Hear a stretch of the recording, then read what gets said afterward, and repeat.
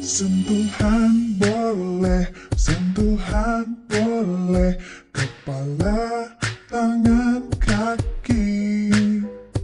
Karena sayang, karena sayang, karena sayang.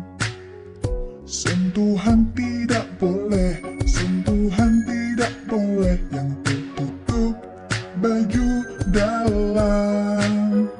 Hanya diriku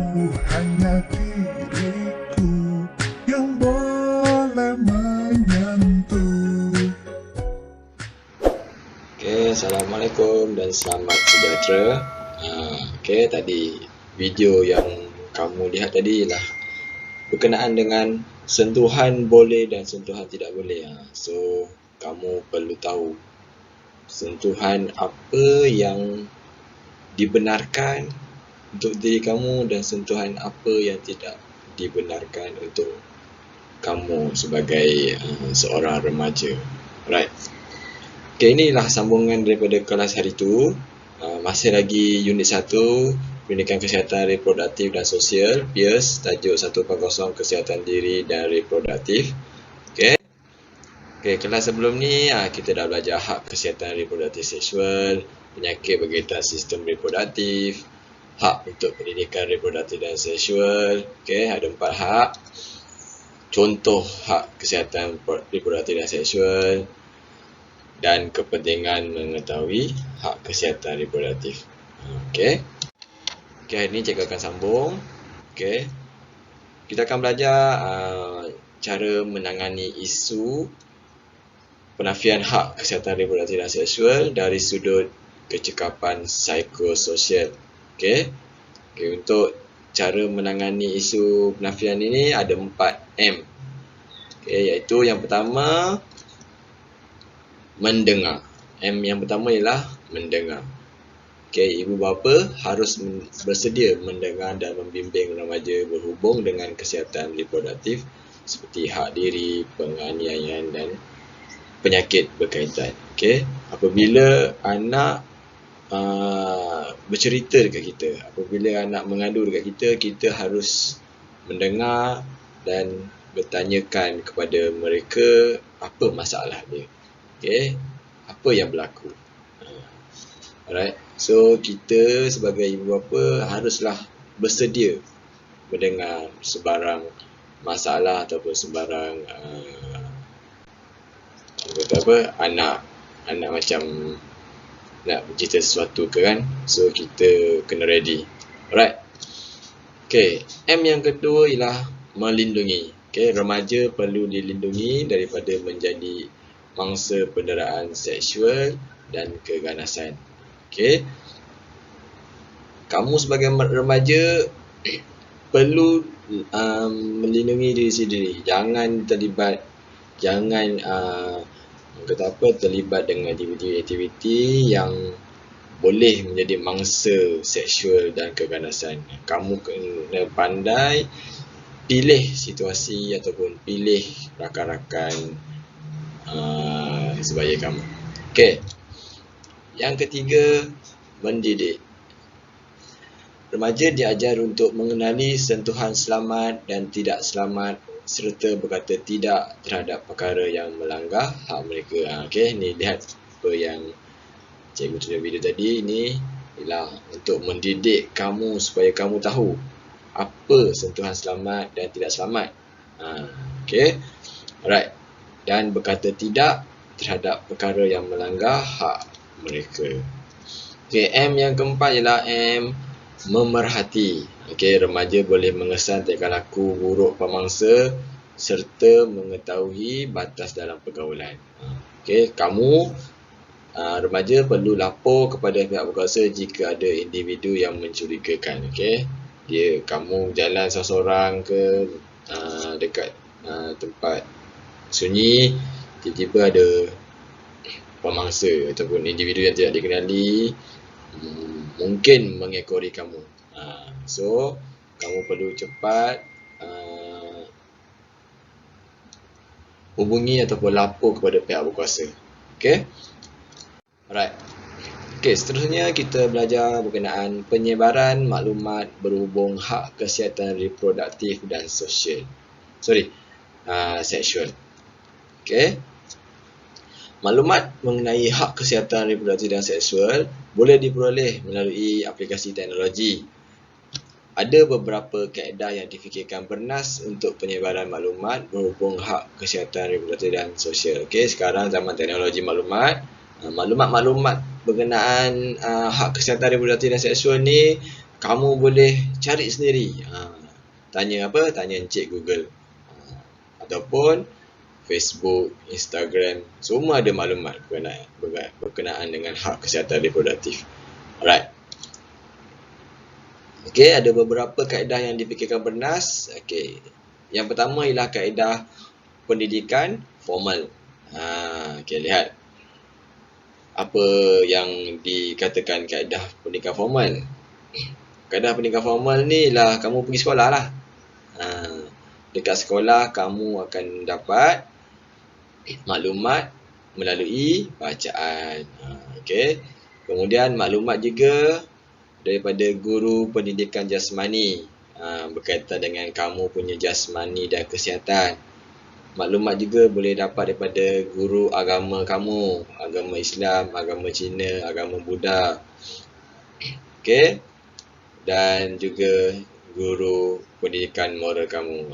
Maklumat-maklumat yang sahih boleh dapat daripada mereka. Okey. Sebenarnya beri ruang kepada pelajar untuk soal jawab secara terbuka dan berhemah. Ini yang jadi masalah. Sebab kebanyakan murid malu untuk soal jawab. Nak angkat tangan pun malu. So, kamu sepatutnya tidak malu untuk bertanyakan soalan kepada guru. Kalau malu untuk bertanya soalan depan kawan-kawan, kamu jumpa personal dengan cikgu. So, selalunya cikgu akan secara terbuka dan berhemah untuk respon kepada soalan kamu tu. Okey, kaedah yang kedua ialah kaedah pendidikan tidak formal. Pendidikan tidak formal ini selalunya ibu bapa dan masyarakat lah. Ibu bapa berperanan penting menjadi suri teladan. Ibu bapa ni penting. Apa yang ibu bapa buat, anak akan lihat. So, ibu bapa berperanan menjadi teladan. Ibu bapa harus berkelakuan yang baik, tunjukkan sikap-sikap yang positif. Okey. Alright, masyarakat menjadi ejen sosialisasi ke arah mendidik remaja tentang hak reproduktif dan seksual. Masyarakat pun ada dia punya kepentingan. Maksudnya ada dia punya cara untuk mendidik remaja tentang hak reproduktif ni. Okey. Alright. Kaedah ketiga ialah program kesedaran oleh PBT, Badan Berkuasa Tempatan, kerajaan, NGO. Okey, banyak program kesedaran. Okey. Sebaran maklumat menerusi kempen kesihatan, program kemasyarakatan dan poster tentang hak kesihatan reproduktif dan sosial. So, banyak program-program yang dibuat oleh badan-badan ni semua. Ni semua untuk supaya mendidik remaja ni lah. Supaya tidak terlibat dengan masalah-masalah seksual ni. Okey, yang keempat ialah perbincangan dengan rakan. Maklumat yang disampaikan melalui perbincangan bersama rakan yang boleh dipercayai. Kamu nak share maklumat ataupun share masalah, mestilah bersama dengan rakan yang boleh dipercayai. Jangan kamu rasa selesa tapi tak boleh percayai, kamu share juga. Itu bahaya. Okey. Berkongsi maklumat tentang hak kesihatan reproduktif dan seksual dan masalah. Ini persatu. Kongsi maklumat dengan rakan sejantina, bukannya berkongsi maklumat dengan boyfriend. Itu salah. Okey, itu akan jadi masalah kepada kamu. Okey, yang kelima ialah media massa. Kaedah media massa, maklumat lebih cepat sampai melalui aplikasi. Ini zaman teknologi kan, memang cepatlah melalui aplikasi. Tetapi kamu harus bijak menilai segala dapatan maklumat sebelum amalkan. Kamu kena tahu sumber dari mana. Pastikan maklumat yang kamu dapat tu daripada sumber yang dipercayai. Jangan dapat terus percaya. Tu yang jadi zaman sekarang ni. Maklumat yang tidak sahih disebarkan melalui Telegram, WhatsApp, Facebook. Tapi tidak tahu sumber dari mana. Oleh itu, kamu perlu dapatkan maklumat daripada sumber yang sahih. Okey. Alright. Okey, yang seterusnya kita masuk kepada amang seksual dan tingkah laku amang seksual. Okey. Apa itu maksud amang seksual? Serangan seksual yang berlaku secara fizikal atau bukan fizikal seperti melakukan apa-apa perbuatan lain yang melibatkan kontak fizikal dengan seseorang kanak-kanak walaupun tanpa persetubuhan. Seksual ni dia melibatkan persetubuhan kan, seksual. Tetapi amang seksual ni ialah apa-apa sentuhan, kontak fizikal walaupun tanpa persetubuhan, itu dipanggil amang seksual. Alright. Okey, apa bentuk tingkah laku yang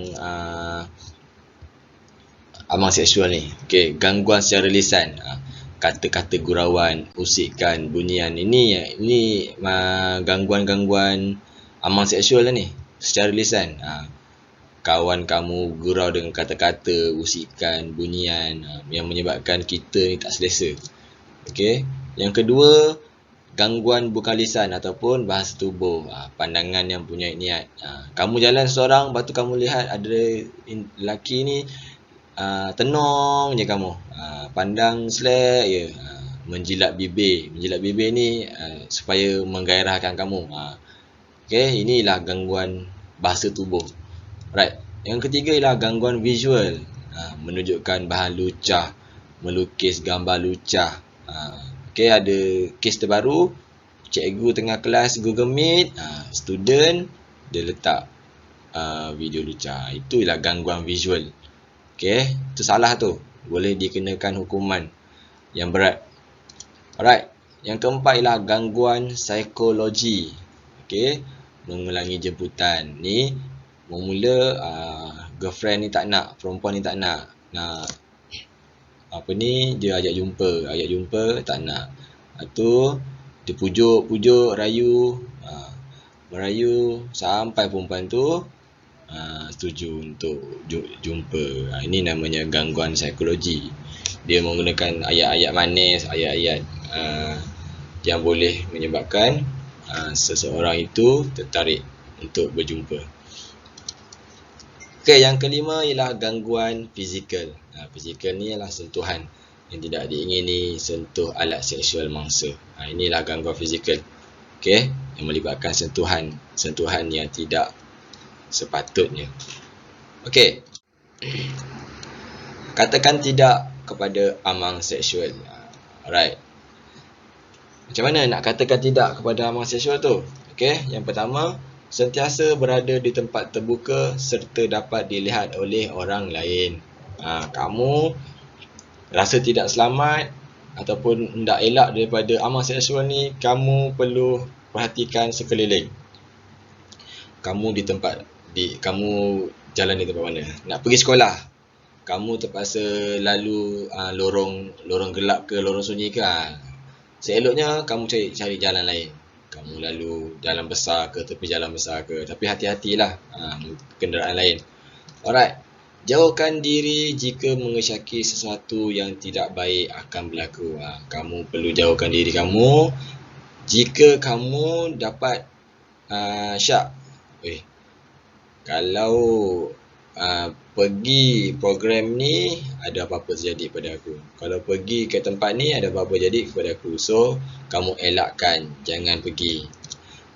Menolak pelawaan untuk berdua-duaan. Ini selalu ni couple lah ni. Ini bercinta ni. Boyfriend ajak dating dua-dua. Kamu harus wajib untuk menolak. Okay? Sebab kita tak tahu apa jadi. Lelaki kata tak ada apa-apa kan. Tapi Sampai dekat tempat tu, lain yang jadi. Okey, yang keempat, menjerit sekuat hati apabila diri berada dalam bahaya. Okey, kalau kamu dalam bahaya, kamu perlu jerit sekuat hati supaya orang yang berdekatan boleh dengar jeritan kamu. So, itu salah satu cara untuk meminta tolong lah. Alright. Yang kelima, sentiasa berasa curiga terhadap orang lain walaupun ada pertalian kekeluargaan. Walaupun dia saudara, walaupun dia cousin, walaupun dia sepupu ke kan, kamu mesti curiga. Kalau lelaki-lelaki, perempuan-perempuan tak apa. Ini yang lelaki perempuan tu, itu yang kamu perlu curiga. Okay. Alright. Okay. Seterusnya, yang terakhir ialah kesan dan akibat amal seksual. Alright. Okay. Apa yang akan berlaku? Apa kesan yang mangsa ni dapat? Okay, ada dua kesan. Yang pertama ialah kesan psikologi dan yang kedua ialah kesan emosi. Okey, kita lihat dulu yang psikologi. Mangsa akan hilang motivasi diri. Mangsa ni akan murung, akan tak tahu nak buat apa, duduk je dalam bilik terkurung. Okey, mangsa akan cenderung untuk mengasingkan diri dan suka bersorangan. Dia akan duduk dalam bilik sorang-sorang, dia akan macam down lah. Memang macam dah tak nak hidup dah. Okay. Mangsa mempunyai perasaan merisikokan diri sendiri. Sampaikan duduk dalam bilik, bila dia teringat kembali apa yang terjadi kepada dia, dia mahu kelar tangan lah, bunuh diri lah. Alright. Kesan emosi pula kita lihat, mangsa gangguan seksual akan berasa malu untuk bergaul dengan masyarakat kerana rasa tidak layak untuk bersama mereka. Inilah sebabnya ada yang mangsa tidak akan duduk bersama dengan kita. Dia akan menjauhkan diri daripada kita sebab dia rasa tak layak untuk bersama kita. Tu kesan-kesan yang terjadi. Okey. Mangsa akan sentiasa berada dalam ketakutan. Walaupun dah lama, walaupun dah berlalu, dah lama terjadi, tapi dia akan rasa takut. Dia akan, bila ada dalam situasi-situasi yang berkaitan, dia akan terfikir dan dia akan takut. Okey, mangsa akan mengalami trauma. Trauma ni yang susah ni. Trauma ni yang lama untuk hilang. Alright. Okey, untuk pemangsa pula, apa akan jadi? Pemangsa akan dikenakan hukuman seperti penjara, denda atau sebatan. Ini semua akan ditentukan oleh pihak undang-undang mahkamah. Okey, nama baik pemangsa dan keluarga akan tercemar. Right. Keluarga pemangsa akan dipulaukan oleh masyarakat setempat. Bila dah kena tangkap, so masyarakat akan tahulah pemangsa ni siapa, rumah duduk mana. So ahli-ahli keluarga akan dipandang serong, akan dipulaukan. Okey, pemangsa akan hilang kerja dan masa depan menjadi gelap. Inilah, daripada ada kerja, daripada ada gaji, terus gelap, terus jadi penjenayah. Okey, ini saja untuk tajuk 1.0 kesihatan diri dan reproduktif. Alright. Okey, seterusnya saya membaca, kamu perlu buat latihan pengukuhan. Okey. Latihan pengukuhan telah disediakan dan oleh guru bagi menambahkan lagi pemahaman murid. Alright. Terima kasih dan jumpa lagi.